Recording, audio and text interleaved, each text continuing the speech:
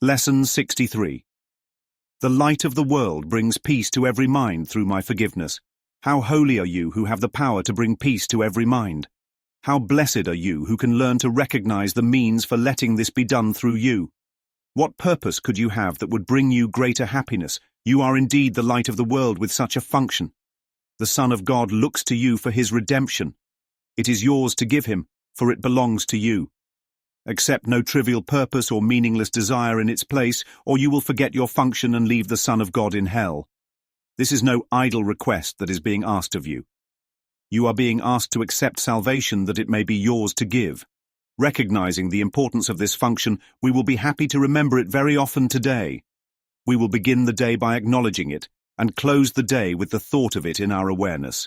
And throughout the day we will repeat this as often as we can. The light of the world brings peace to every mind through my forgiveness. I am the means God has appointed for the salvation of the world.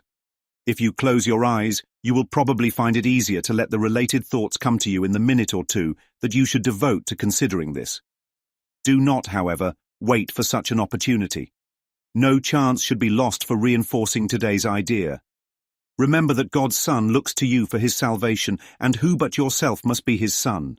Lesson 63. You are the light of the world. The Son of God looks to you for redemption. Redemption is waiting. Will you remember your function? 3 key points. You are indeed the light of the world. Emphasis on indeed. Jesus doesn't just say it. He emphasizes it. You are indeed the light of the world.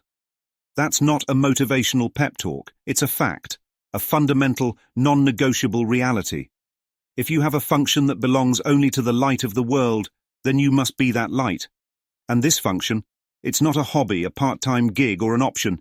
It's your very reason for being. The Son of God looks to you for redemption. Now let's get real.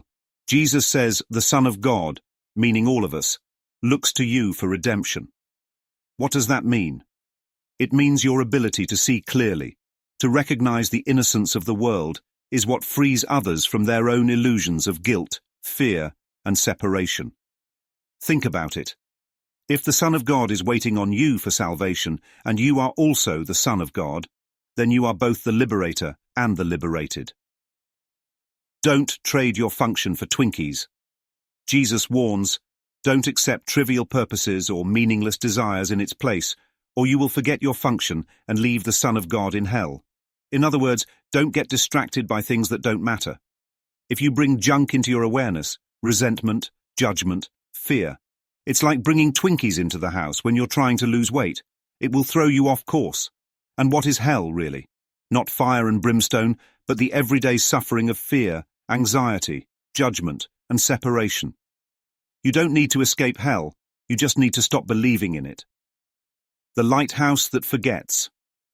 It's a lighthouse. Imagine a lighthouse that suddenly decides it would rather be a cruise ship. It stops shining and tries to set sail even though it's bolted to the rocks. The ships at sea looking for guidance are left in darkness. The lighthouse feels lost, confused, and purposeless. It forgot what it is. But the moment it remembers, the moment it turns its light back on, everything changes. It was never lost. It was just mistaken.